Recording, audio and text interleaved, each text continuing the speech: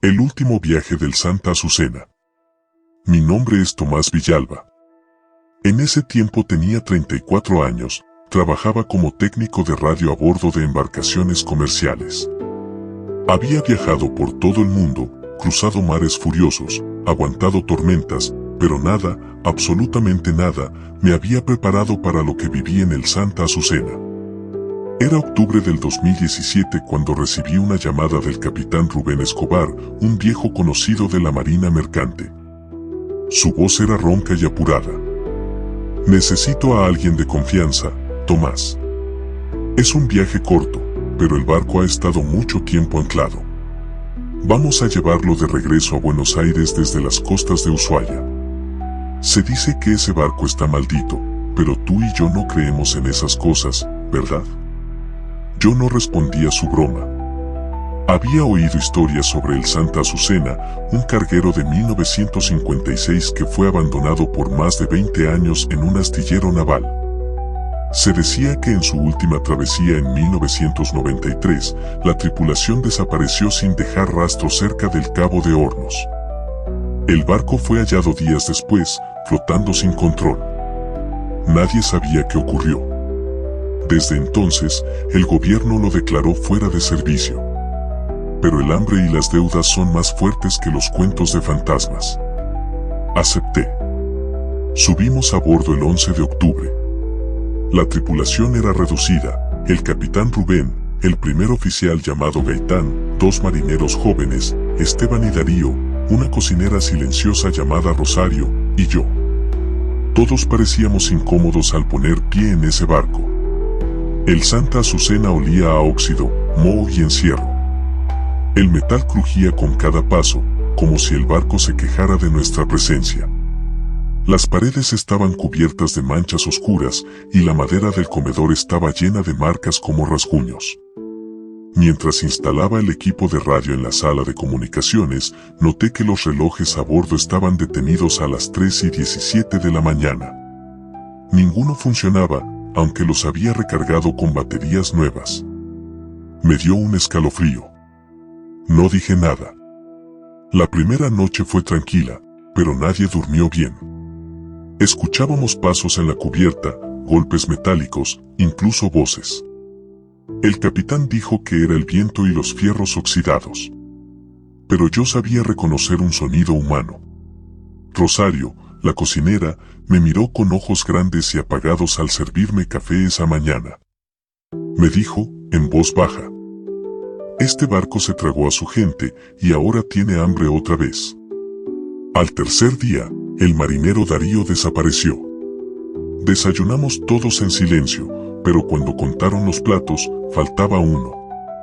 Pensamos que estaba dormido, así que Gaitán fue a buscarlo. Volvió pálido. Su camarote estaba cerrado por dentro. Tuvieron que derribar la puerta. No estaba. Ni su ropa, ni su maleta, nada. La ventana del camarote estaba abierta. Solo el viento entraba. El capitán intentó comunicarse con tierra, pero la radio no transmitía. Todo parecía funcionar, pero las señales no salían. Intenté revisar el sistema. Todo estaba bien. Era como si algo bloqueara la señal desde dentro del barco. Esa noche se escucharon golpes en las paredes del casco. Como si alguien, o algo, estuviera llamando desde el agua. Gaitán creyó ver una figura entre las sombras de la sala de máquinas, pero cuando fuimos, no había nada. Esteban lloraba, decía que Darío se le apareció en sueños, pidiéndole que no dejara que el barco lo llevara también. Yo comencé a sentirme observado. Donde fuera que caminara, sentía que alguien más estaba conmigo. En una ocasión, mientras subía por la escalera del puente de mando, juraría que una mano me rozó el tobillo. Pero no había nadie detrás. En el cuarto día, Esteban también desapareció. Su cama estaba tendida, pero encontré un rastro de agua en el suelo de su camarote. Agua salada, con algas. Rosario dejó de hablar. Solo se sentaba en la cocina, con la mirada perdida, murmurando cosas en voz baja. La escuché decir que el barco estaba llamando a los suyos. que la tripulación anterior aún seguía a bordo, dormidos bajo el hierro. El capitán quiso encender las bengalas de emergencia, pero no funcionaron. Tampoco los motores auxiliares. Intentó cambiar el rumbo, pero el timón se trabó.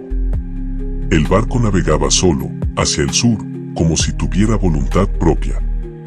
Esa noche, mientras dormía, escuché ruidos en los pasillos.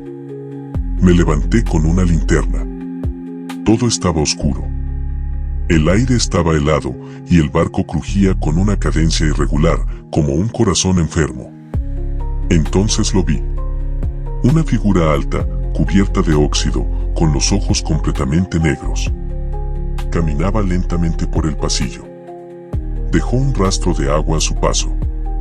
Cuando se giró hacia mí, vi que su rostro era el de Darío, pero descompuesto, hinchado y con algas saliéndole por la boca. Corrí, tropecé y me encerré en el cuarto de comunicaciones. Pasé la noche ahí, sin dormir, temblando. Escuché pasos afuera durante horas, voces que repetían mi nombre, rasguños en la puerta metálica. A la mañana siguiente, Rosario estaba muerta. La encontramos en la cocina, con los ojos abiertos, la piel arrugada como si hubiera estado sumergida durante días. Pero no había agua cerca. Solo un cuchillo oxidado a su lado.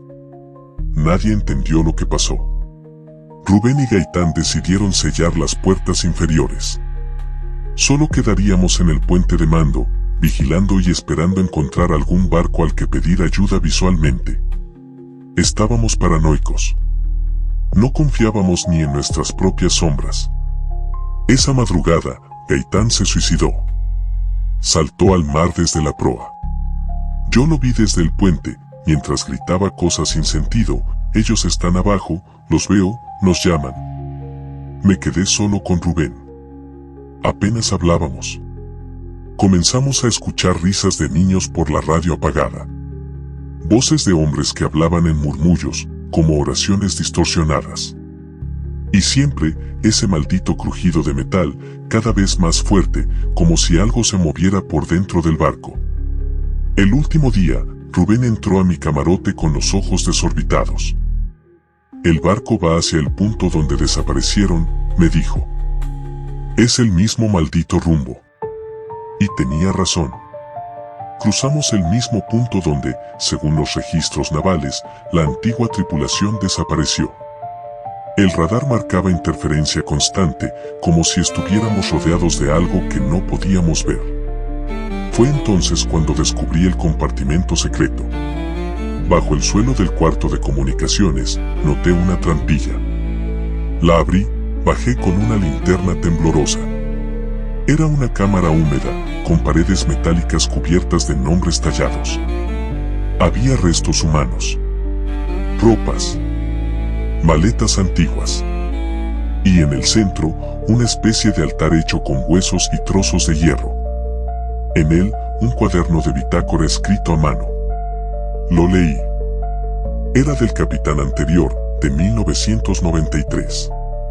En sus últimas anotaciones, hablaba de cómo el barco comenzó a comerse a los hombres. Que lo que habitaba dentro no era humano.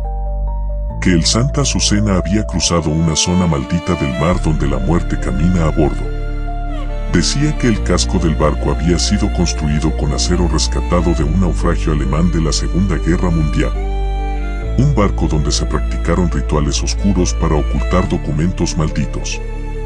El acero estaba maldito. Todo tenía sentido. No era el mar. Era el barco. Él era la maldición. Cuando volví al puente, Rubén ya no estaba. Solo encontré su gorra flotando en el aire, girando lentamente en medio del silencio. No me preguntes cómo, pero logré activar la baliza de emergencia manualmente. Me lancé al agua con un chaleco salvavidas y una semana después, un pesquero chileno me recogió cerca del estrecho de Magallanes.